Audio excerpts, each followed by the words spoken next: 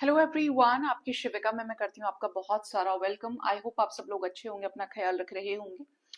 तो अभी जिस टॉपिक पर मैं बात करने वाली हूँ, ये मेरा अपना मेरा अपना फेवरेट टॉपिक हो सकता है, क्योंकि मुझे चैनलिंग हो रही थी। तो आई होप कि ये आपको हेल्प करेगा।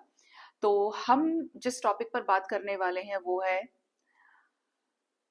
आप परमात्मा का अंश हैं, आप सर्वेश्वर का अंश हैं। अब ये तो हम सभी जानते हैं कि हमारे अंदर जो सोल है वो सुप्रीम सोल का पार्ट है, ठीक है। लेकिन कैसे इसको हम आइडेंटिफाई करते हैं, इस 3D में हम कैसे समझते हैं इन चीजों को। तो देखिए, आपके अंदर जो भी आपका इनर एंजल है, जो आपके अंदर आपकी आत्मा सूक्ष्म शरीर से आपके शरीर के अंदर वास कर रही है, जो आपको फील तो होती है जब वो आपको अलग अलग तरीके की अनुभूति कराती है। देखो, आपको अनुभूति होगी कैसे, आपको ये पता चलेगा आपका दिल क्या कह रहा है, आपको ये भी पता चलेगा आपका दिमाग क्या कह रहा है, आपका मन क्या कह रहा है।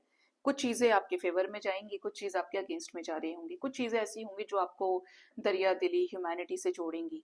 लेकिन जब हम कहते हैं कि परमात्मा का अंश है, आप अपने डैड जैसे लगते हैं, आप अपने मॉम जैसे लगते हैं, तो आपके अंदर उनकी क्वालिटीज होती हैं। हो सकता है आप वैसे चलते हैं, आपके फिंगर्स वैसी हैं, आपके बोलने का स्टाइल वैसा है, आपके रिएक्ट करने का स्टाइल वैसा है, राइट। इसी तरीके से जब हम कहते हैं कि हम परमात्मा का अंश हैं, तो हम उतने ही कोमल, उतने ही सुंदर, उतने ही प्यारे हैं। ये जो खोली हमने पहनी है, ये जो चमड़ी हमारे ऊपर है, ये जो कपड़ा पहना है ना शरीर का, ये हर बर्थ में बदलता रहता है, ठीक है। और जब ये हर बर्थ में बदलता है, तो ये फिक्स तो है नहीं। भगवान ने भी अपना कपड़ा उतारा है और जन्म छोड़ के गए हैं। लेकिन जो हमारा सूक्ष्म शरीर है, वो तो एक दिव्य, एक व्हाइट लाइट के रूप में विद्यमान है। और वो किसका है अंश? वो परमात्मा का अंश है, जो खुद क्या है, एक बहुत बड़ी व्हाइट लाइट। ऐसे समझो कि सन है, ठीक है। सन को भी स्टार कंसिडर करते हैं हम, और उसके साथ में जितने भी और स्टार्स होते हैं जो रात के टाइम चमकते हैं, दिन में तो आपको नहीं दिखाई देंगे, लेकिन कुछ कुछ वैसे ही लगेंगे आपको। बट डिफरेंस समझिएगा कि सन अपने आप में रोशनी देने वाला है, दिन के समय निकलता है, क्योंकि अलाइंड है, एनलाइटमेंट की एनर्जी में है, सूर्य आत्मा है, ठीक है। लेकिन जब आप स्टार्स को फील करोगे, उन्हें देखोगे, तो वो आपको रात में दिखेंगे। सिर्फ दिन और रात का फर्क है, लेकिन सभी क्या है, प्रकाश फैला रहे हैं, छोटी छोटी लाइट्स हैं। तो आप किसका अंश हो? परमात्मा का अंश। जुगनू देखा है आपने? वो हमेशा अंधेरे में ऐसा लगता है उसके ऊपर कोई लालटेन लगी है और वो चल रहा है, उसका अपना प्रकाश है, राइट। तो आप किसका अंश है? ईश्वर का अंश है।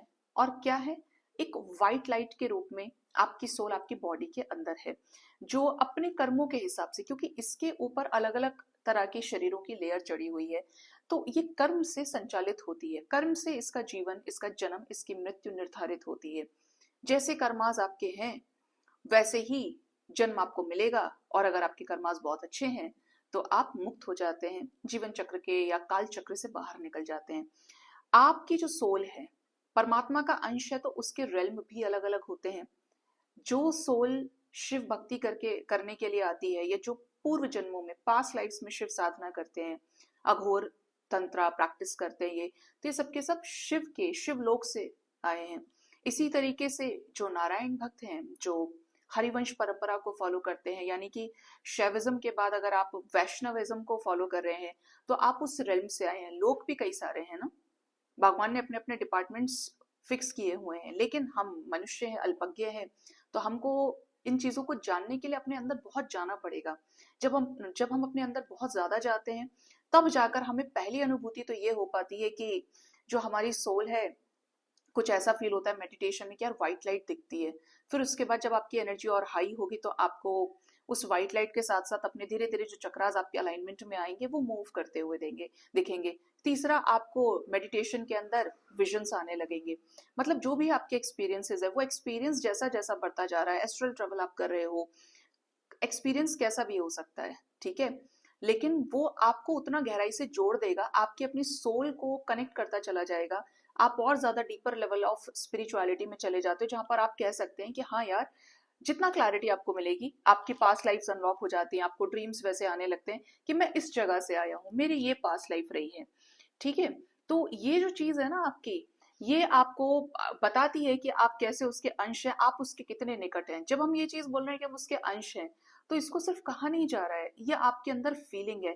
जो जितना ज्यादा अपने इष्ट की शक्ति से अलाइनमेंट में होगा, जैसे कि कोई शिव भक्त रहा है, अगर वो इस लाइफ टाइम में उसके पास वो डिवाइन गिफ्ट्स हैं, वो डिवाइन पावर्स हैं, तो निश्चित तौर पर उसने कड़ी शिव की साधना की है, उसने किया है वैसा जलाभिषेक, उसने किया है वैसा रुद्राभिषेक, उसने की है वैसी सोल ने उसने किया है उस तरीके से ह्यूमैनिटी को सर्व। लेकिन अगर ईश्वर आसपास भी नहीं है, या 2-4 घंटे बस पूरे जीवन में आपने भक्ति करी है, तो आप इस बर्थ में भी भटक ही रहे होंगे। आप यही कह रहे होंगे कि नहीं ईश्वर नहीं है। क्यों? क्योंकि ईश्वर आपको प्रैक्टिकल लेवल पर प्रूव कराने के लिए चाहिए, जबकि वो आपके कर्मों का खेल है। वो ना चाहे तो आप उसे पुकार भी नहीं सकते, वो ना चाहे तो आप उसका नाम भी नहीं ले सकते, उसमें तो इतना बल है। ठीक है, अगर आपको कृष्णा जी के साथ बहुत अटैचमेंट है, तो उसी तरीके के आपके ट्रेड्स हो जाएंगे, उसी तरीके के, मतलब एक कनेक्शन है। आपको पता होता है ना कि कौन आपका बेस्ट फ्रेंड है, कौन आपका एक नया फ्रेंड है। जिसके साथ जितना स्ट्रॉन्ग कनेक्शन है, उतने ही ज्यादा उसकी क्वालिटी आपके अंदर होती है, और आप उससे बहुत ज्यादा रिजेंबल कर पाते हैं, उससे उतना ही स्ट्रॉन्ग कनेक्शन आपकी सोल फील करती है। ये आपकी डिविनिटी के ऊपर डिपेंड करता है, ये आपके असेंशन के ऊपर डिपेंड करता है। उसी तरीके से आपकी जो भक्ति की जर्नी है वो भी आगे बढ़ती जाती है। परमात्मा का अंश होने का मतलब यह है कि आप वो सेक्रेटनेस, वो ऑनेस्टी, वो लॉयल्टी, वो प्योरिटी, वो पीस, वो अनकंडीशनल लव अपने साथ लेकर आए हैं, वो फॉरगिवनेस, वो ब्लेसिंग्स आप अपने साथ लेकर आए हैं, जिनको किसी भी तरीके के प्रैक्टिकल बिहेवियर की, लोगों से बदले की जरूरत नहीं है, क्योंकि आप उतने अंदर से हील्ड होते हैं। क्यों? क्योंकि परमात्मा का स्वरूप कैसा है? कोमल है। परमात्मा निर्गुण निराकार भी है, और वो सगुण स्वरूप में भी सबसे सुंदर होकर अवतरण ले लेते हैं। चाहे आप उनको राम के रूप में जान रहे हैं, कृष्ण के रूप में जान रहे हैं, जिस भी तरीके से, और चाहे आप उनको सदाशिव के रूप में देख रहे हैं, मतलब जिस भी तरीके से आप कनेक्ट कर रहे हो, जा वही चीजें रही है कि सेक्रेट चीजें जो भी हैं, सगुण भी वही है और निर्गुण भी है, विकार भी वही है, निर्विकार भी वही है, बुरे से बुरा भी वही है और अच्छे से अच्छा भी है। लेकिन ये ध्यान रखिएगा, जो भी बुरी प्रवृत्तियां होती हैं वो ईश्वर से मिलने नहीं देती हैं, वो आपको यही भटकाएंगी। आप इधर घूम रहे हैं, उधर बॉडी छोड़ दी, उसके बाद आप ये सब कुछ कर रहे हैं।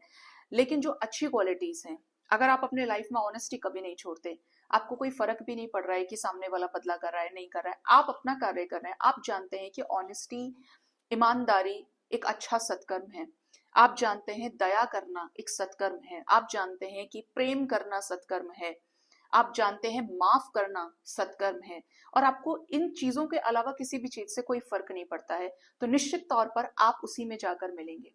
आपको किसी चीज से डरने की जरूरत नहीं, किसी चीज से घबराने की जरूरत नहीं, और ये चीज आपको इस लाइफ टाइम में भी सपोर्ट करेंगी। वो कभी आपको ऐसा मौका नहीं देंगे कि आप नंबर 2 से पैसा कमाएं, आप लोगों के साथ छल करके पैसा कमाएं, झूठ बोल के पैसा कमाएं। उल्टा वो आपके ऊपर कृपा करेंगे और वो हर जगह से आपको बचाते रहेंगे। ठीक है, लेकिन अगर आप इन चीजों से भटके हुए हैं, आप कह तो रहे हैं, सब कहते हैं देखिए ईश्वर है, लेकिन ईश्वर को कहने वाले बातों का फर्क हो जाता है। कि कोई कहता है कि वो है, वो सब देख रहा है, ठीक है, और कोई कहता है कि वो सब देख रहा है, मतलब एक डिफरेंट डिफरेंट है कि वो है और वो है। मतलब जो भगवान का भक्त है वो कह रहा है वो सब देख रहा है, क्योंकि वो उससे क्या उम्मीद कर रहा है, और जो दूसरा है उस इसलिए कि वो इस वाइब्रेशन में है कि उसको जस्टिस चाहिए, तो फीलिंग अलग हो जाती है। नाम एक ही है, भाव एक ही है। जैसे कि गुस्सा सभी को आता है, प्रेम करना सभी जानते हैं, दया करना ये आपके अंदर इनबिल्ट क्वालिटी है, क्योंकि सबने क्या पहनी है? चमड़ी पहनी है। आप जानवरों से भी इसको अंडरस्टैंड कर सकते हैं। भगवान सबकी पुकार सुनते हैं। जानवर को भी टाइम पर भूख लगेगी, जानवर भी रोते हैं, जानवर भी खुश होते हैं, जानवर भी प्यार जाहिर करना जानते हैं। तो ये तो इनबिल्ट है, बस बॉडीज का फर्क है, जन्मों का फर्क है, कर्मों का फर्क है, योनियों का फर्क है। ठीक है, बट उससे अलाइनमेंट में रहिए। अगर आप वाकई में अपना उद्धार चाहते हैं, आप चाहते हैं आपकी जिंदगी में शांति हो, आप चाहते हैं आपकी जिंदगी में कलेश ना रहे, ये जो कर्माज आपको ट्रिगर कर रहे हैं बार बार, तो आप नाम जाप शुरू करिए, आप उनकी साधना करिए, और जितना ज्यादा अनकंडीशनली भगवान के साथ आप बॉन्ड क्रिएट करोगे, वही चीज आपको फलेगी।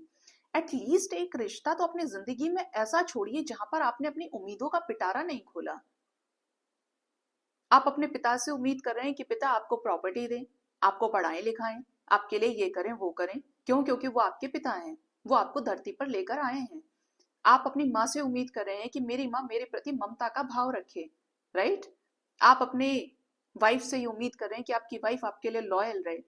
आप अपने बच्चों से उम्मीद कर रहे हैं कि पढ़े लिखे, नौकरी करें, ये करें वो करें। आप ईश्वर के पास तो इन्हीं सभी चीजों का पिटारा लेके पहुंच गए कि ये भी कर दो, ये भी कर दो, ये भी कर दो, ये भी कर दो, और अगर तुम नहीं करते हो तो तुम्हारे अंदर शक्ति नहीं है।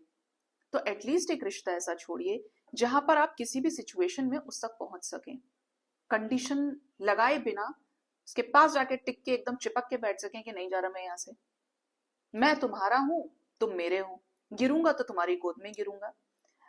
प्रहलाद को समझिए, मीराबाई को, सच्चे भक्त की जो परिभाषा होती है वो है पागलपन, वो है अटूट विश्वास बिना किसी कंडीशन के। उसके अलावा जितने भी लोग भक्ति कर रहे हैं, वो, मैं ये नहीं कहूंगी कि देखिए किसी की भक्ति श्रेष्ठ है, लेकिन क्या आपको नहीं फील होता कि वो किस श्रेष्ठता की भक्ति करके गए हैं इस दुनिया में? भक्ति की वाइब्रेशन बता देती है। भक्त हर वक्त आंसुओं में होता है, तड़पता है भगवान से मिलने के लिए, उसमें मिल जाने के लिए। उसके लिए संसार के बड़े से बड़ा सुख भी कोई मायने नहीं रखता, और छोटी सी छोटी चीज भी उसको परेशान नहीं कर पाती। उसके लिए संसार की माया कुछ मायने नहीं रखती है। प्रहलाद के ये वर्ड्स थे, 5 साल का प्रहलाद ने ये कह दिया था कि वो मेरे साथ कुछ भी कर सकते हैं। जब उनके ऊपर यातनाएं पड़ रही थी, हिरण्यकश्यप ने उनके साथ कितना कुछ किया अपनी भक्ति कराने के लिए, अपने आप को सर्वस्व साबित करने के लिए। सबने कहा कि छोड़ दो, छोड़ दो, अगर वो तुम्हें इस बार बचाने के लिए नहीं आएंगे तो क्या करोगे? तो उन्होंने सीधा एक चीज कही कि वो मेरे लिए, मेरे साथ कुछ भी कर सकते हैं, वो मेरे आराध्य हैं, मैं उनका भक्त हूं, मैं उनका दास हूं। ये जो है ना कि आप ऐसे ही नहीं, आप अपने अहंकार को खत्म नहीं कर पाते। आप कह सकते हैं इजीली कि कर लो मेरे साथ जो करना है, और कह रहे हो, तो उस वक्त आप अनन्य भक्त हो, आपकी वाइब्रेशन इधर उधर नहीं होगी, क्योंकि आपके अंदर इतनी हिम्मत आ जाती, क्योंकि आपकी हिम्मत में वही बैठे हैं। मीरा, राजकाज से उन्हें कोई मतलब नहीं किसी चीज से, कृष्ण के प्रेम में दीवानी थी। उनका मिशन बिल्कुल क्लियर था कि उन्हें कृष्ण चाहिए, उन्हें कृष्ण में मिलना है। मेरा दर्द न जाने कोई, मेरे तो गिरधर गोपाल। जबकि सामने पति था, माई के पक्ष से, ससुराल पक्ष से एक राजा, एक से एक राजघराने से मीरा थी, बट उनको किससे मतलब था? सिर्फ अपने कृष्ण से मतलब था। ऐसी भक्ति में बहुत मुश्किलें आती हैं, लेकिन ये भक्ति हिला कोई नहीं सकता। खुद आराध्य भी आकर परीक्षा भी लेते रहे तो भक्त का विश्वास डगमगाता नहीं है। अगर आप भगवान से जस्टिस मांग रहे हो, आपको भगवान को ये कहना पड़ रहा है कि तुमने मेरे साथ ऐसा किया वैसा किया, आपके अंतर मन में तो वही वास कर रहे हैं ना। कई सारे लोग होते बोलते मैम हम तो करते हैं नाम जाप, हम तो ये करते हैं, हम तो 4-4 घंटे पूजा करते हैं, हमने तो ये भी किया वो भी किया, लेकिन आपके मन में शांति नहीं है। कहीं कमी कर रहे हैं आप, क्योंकि जब भक्ति वास करती है ना तो बाकी कुछ वास नहीं करता।